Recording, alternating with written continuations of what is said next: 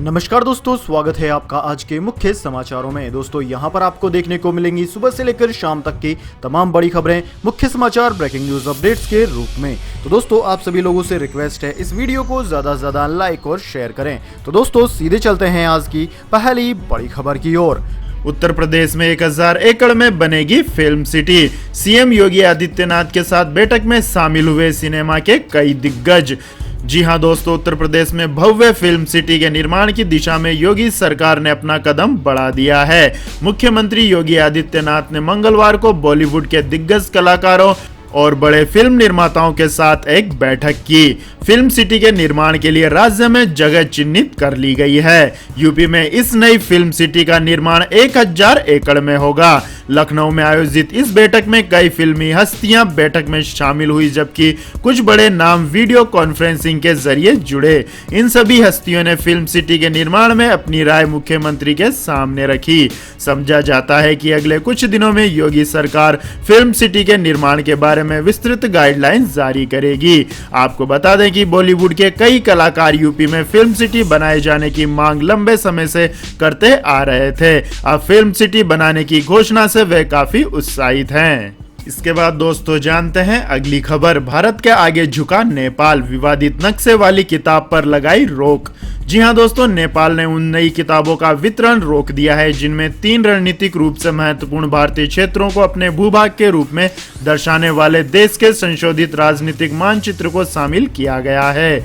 Media में मंगलवार को आई खबरों में कहा गया है कि उनमें कई तथ्यात्मक त्रुटियां हैं। नेपाल की संसद द्वारा सर्वसम्मति से लिपुलेख, काला पानी और लिपुआथुरा इलाके को अपने भूभाग में दर्शाने वाले नए राजनीतिक मानचित्र को मंजूरी दिए जाने के बाद भारत पहले ही नेपाल द्वारा भूभागीय दावों को कृत्रिम रूप से बढ़ाकर पेश किए जाने को अस्वीकार्य करार दे चुका है। भारत इन तीनों इलाकों के अपने क्षेत्र में होने का दावा करता है। मिली खबर के मुताबिक मंत्रिमंडल की एक बैठक में मंगलवार को शिक्षा मंत्रालय ने कहा है कि वह कक्षा 9वीं से 12वीं तक की इन किताबों की और प्रतियों का मुद्रण और वितरण न करें, क्योंकि भूमि प्रबंधन व सहकारी मंत्रालय तथा विदेश मंत्रालय की तरफ से कुछ आपत्तियां व्यक्त की गई हैं।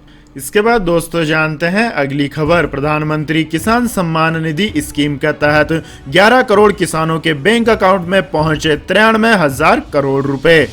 जी हां दोस्तों, मोदी सरकार ने खेती करने में मदद के लिए देश के 11 करोड़ किसानों के बैंक अकाउंट में 93,000 करोड़ रुपए भेज दिए हैं। आजादी के बाद पहली बार किसी सरकार ने इतनी बड़ी रकम सीधे किसानों के हाथ में दी है। यह संभव हुआ है प्रधानमंत्री किसान सम्मान निधि स्कीम से, जिसे दिसंबर 2018 में पीएम नरेंद्र मोदी ने शुरू किया था।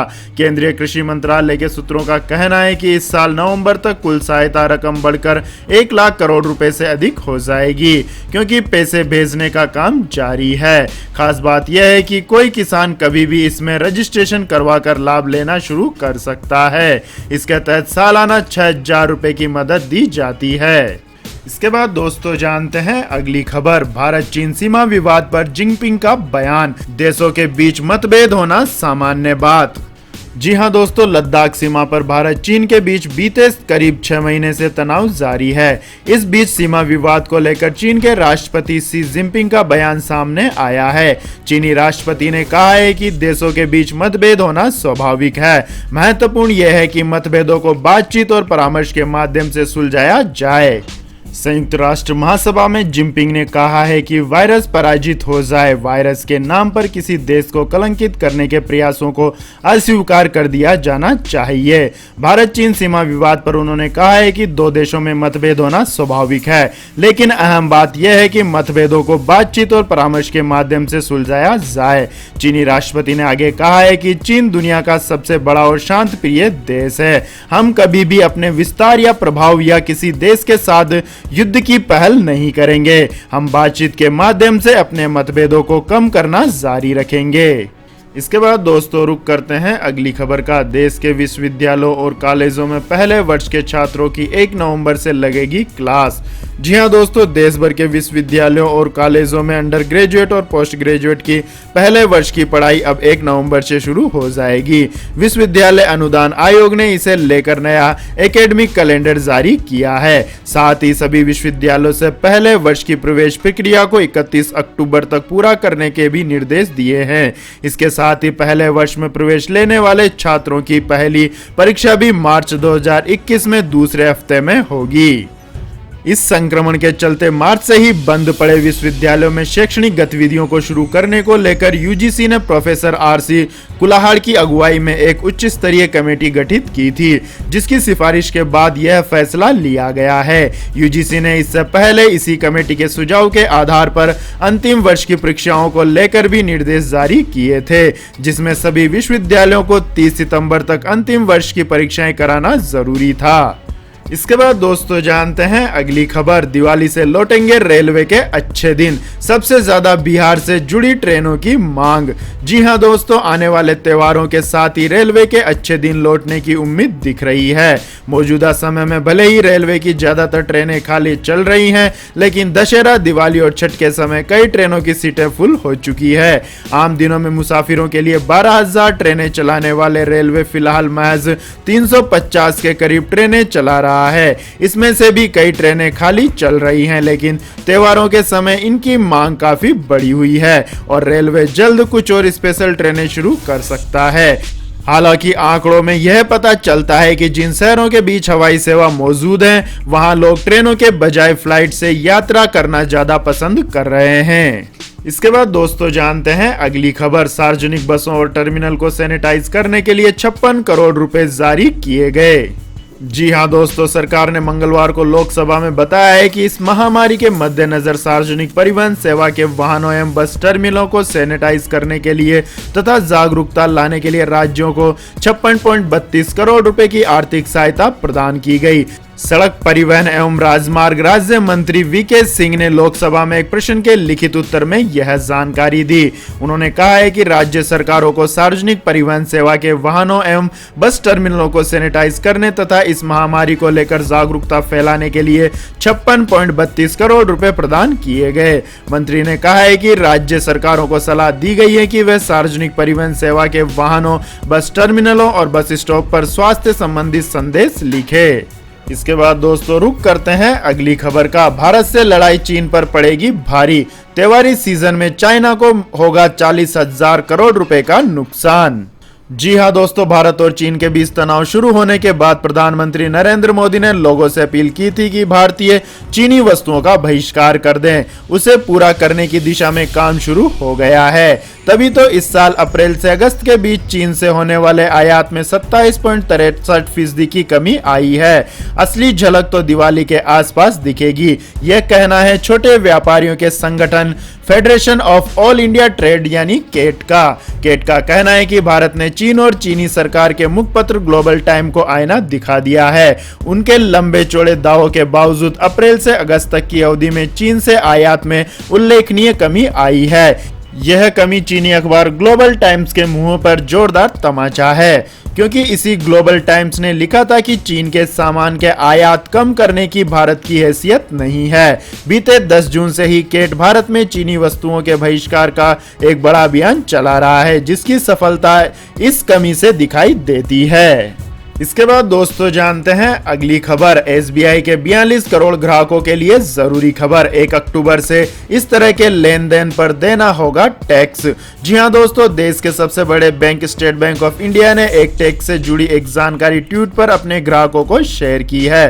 दरअसल केंद्र सरकार ने विदेश पैसे भेजने पर टैक्स वसूलने से जुड़ा नया नियम बना दिया है। यह नियम 1 अक्टूबर 2020 से लागू हो जाएगा। ऐसे में अगर आप विदेश में पढ़ रहे, अपने बच्चों के पास पैसा भेजते हैं या किसी रिश्तेदार की आर्थिक मदद करते हैं, तो रकम पर 5% टैक्स कलेक्टेड एट सोर्स का अतिरिक्त भुगतान करना होगा। फाइनेंस एक्ट 2020 के मुताबिक रिजर्व बैंक ऑफ इंडिया की लिबरलाइज्ड रेमिटेंस स्कीम के तहत विदेश पैसे भेजने वाले व्यक्ति को टीसीएस देना होगा। इसके बाद दोस्तों जानते हैं आज के मौसम अपडेट्स। तो दोस्तों आने वाले 24 घंटों के दौरान पूर्वोत्तर भारत, पश्चिम बंगाल, बिहार, झारखंड, कोंकण, गोवा और मध्य प्रदेश के कुछ हिस्सों में मध्यम से भारी बारिश या गरज के साथ बारिश की गतिविधियां संभव है। वहीं तटीय कर्नाटक, उत्तरी छत्तीसगढ़, उत्तर प्रदेश के पूर्वी और मध्य भागों में कुछ स्थानों पर हल्की से मध्यम बारिश के साथ 1-2 स्थानों पर भारी बारिश हो सकती है। वहीं विदर्भ, आंतरिक महाराष्ट्र, गुजरात, पूर्वी राजस्थान, उत्तर प्रदेश के पश्चिमी भागों, उत्तराखंड, दिल्ली, हरियाणा, आंध्र प्रदेश, तेलंगाना, केरल और लक्षद्वीप में हल्की से मध्यम बारिश के आसार हैं, जबकि पंजाब, हिमाचल प्रदेश और तमिलनाडु के कुछ हिस्सों में हल्की बारिश संभव है। इसके बाद दोस्तों जानते हैं अगली खबर। 6 दिन से लगातार घट रहे हैं डीजल के दाम, आज पेट्रोल भी हुआ सस्ता। जी हां दोस्तों, डीजल के दामों में आज छठे दिन फिर गिरावट हुई है। इसके साथ ही पेट्रोल की कीमतों में भी हल्की गिरावट दर्ज की गई है। तेल मार्केटिंग कंपनियों ने डीजल के दाम में 13 पैसे से 15 पैसे प्रति लीटर, जबकि डीजल के दाम में 7 पैसे से 8 पैसे प्रति लीटर की कटौती की है। उधर अंतर्राष्ट्रीय बाजार में कच्चे तेल के दाम में बीते सत्र में आई भारी गिरावट के बाद रिकवरी आई है। इस महामारी का प्रकोप गहराने से वैश्विक अर्थव्यवस्था के विकास पर छाए सुस्ती के बादल के चलते तेल की मांग कमजोर रहने के अनुमानों से कीमतों पर लगातार दबाव देखा जा रहा है। इंडियन ऑयल की वेबसाइट के अनुसार देश की राजधानी दिल्ली में 1 लीटर डीजल का भाव 71 रुपए 28 पैसे है, जबकि 1 लीटर पेट्रोल की कीमत 81 रुपए 6 पैसे प्रति लीटर है। इसके बाद दोस्तों जानते हैं अगली बड़ी खबर। सोने और चांदी की कीमतों में आई इस महीने की सबसे बड़ी गिरावट, एक दिन में हुए 5,000 रुपए तक सस्ते। जी हां दोस्तों, अमेरिकी डॉलर में आई मजबूती के चलते अंतर्राष्ट्रीय स्तर पर सोने की कीमतों में भारी गिरावट आई है। इसी वजह से घरेलू बाजार में सोने के दाम 672 रुपए प्रति 10 ग्राम गिर गए। वहीं दिल्ली सराफा बाजार में 1 किलोग्राम चांदी की कीमत एक ही दिन में 5,781 रुपए तक गिर गई है। एक्सपर्ट्स का कहना है कि विदेशी बाजारों में सोने के दाम 3% से ज्यादा लुढ़क कर 1 महीने के निचले स्तर पर आ गए हैं। आपकी जानकारी के लिए बता दें दोस्तों, दिल्ली में 99.9% शुद्धता वाले सोने के दाम 672 रुपए गिरकर 51,328 रुपए प्रति 10 ग्राम पर आ गए हैं। वहीं 1 किलोग्राम चांदी का भाव 5,781 रुपए गिरकर 61,606 रुपए प्रति किलोग्राम पर पहुंच गया है। इसके बाद दोस्तों रुक करते हैं अगली खबर का। महिलाओं के लिए पीएनबी की खास स्कीम, 2 व्हीलर खरीदने के लिए है जबरदस्त ऑफर। जी हां दोस्तों, देश का दूसरा सबसे बड़ा बैंक पंजाब नेशनल बैंक महिलाओं के लिए एक special offer PNB power ride scheme लेकर आया है। इसमें बैंक बहुत ही कम मंथली इनकम वाली महिलाओं को भी बाइक, स्कूटर और मोपेड खरीदने के लिए फाइनेंस करने की पेशकश कर रहा है। बैंक की ऑफिशियल वेबसाइट पर दी गई जानकारी के मुताबिक अगर कोई महिला मिनिमम सिर्फ 8,000 रुपए मंथली भी कमाती है या सैलरी पाती है तो वह चाहे तो बाइक या स्कूटर आसानी से खरीद सकती है। इसमें पीएनबी उसकी मदद करेगी। इसके बाद दोस्तों जानते हैं अगली खबर। गिरावट के साथ बंद हुआ शेयर बाजार, 300 अंक फिसला सेंसेक्स। जी हां दोस्तों, वैश्विक बाजारों से नकारात्मक रुझान मिलने और विदेशी फंड के बाहर जाने के चलते शेयर बाजार गिरावट के साथ बंद हुआ। सेंसेक्स 300.6 अंक लुढ़क कर 37,734.08 और निफ्टी 96.90 अंक फिसलकर 11,153.65 के निचले स्तर पर बंद हुआ। इसके बाद दोस्तों जानते हैं अगली खबर। लॉन्च हुआ Jio postpaid plus plan, Netflix, Amazon के साथ इंटरनेशनल कॉलिंग भी फ्री। जी हां दोस्तों, रिलायंस जियो ने अपने भारतीय यूजर्स के लिए एक्सपीरियंस को बेहतर बनाने के लिए नया प्लान जियो पोस्टपेड प्लस लॉन्च किया है। इस प्लान को लॉन्च करने का मकसद ग्राहकों को बेहतरीन सर्विस, कनेक्टिविटी, एंटरटेनमेंट और एक्सपीरियंस देना है। इस प्लान में यूजर्स को कई खास बेनिफिट दिए जाएंगे। इसमें ग्राहकों को नेटफ्लिक्स, अमेजन प्राइम और डिज्नी प्लस हॉटस्टार के सब्सक्रिप्शन के साथ कई तरह के फायदे मिलते हैं। साथ ही इसमें कॉलिंग के बेनिफिट भी दिए जाते हैं। और इसका टैरिफ प्लान 399 रुपए से शुरू होकर 1499 रुपए तक का है। इसके 399 रुपए वाले प्लान में 75 GB डेटा मिलता है। इसमें अनलिमिटेड वॉइस और SMS का फायदा मिलता है। इस ग्राहकों को इसमें Netflix, Amazon prime, Disney plus Hotstar VIP subscription मिलता है। ग्राहकों को इसमें 200 GB डेटा रोल ओवर भी मिलता है। तो यह थी दोस्तों आज की सभी महत्वपूर्ण बड़ी खबरें। तो दोस्तों आपको हमारा ये वीडियो कैसा लगा कमेंट करके जरूर बताएं और हमारे इस वीडियो को अधिक से अधिक लाइक और शेयर करें।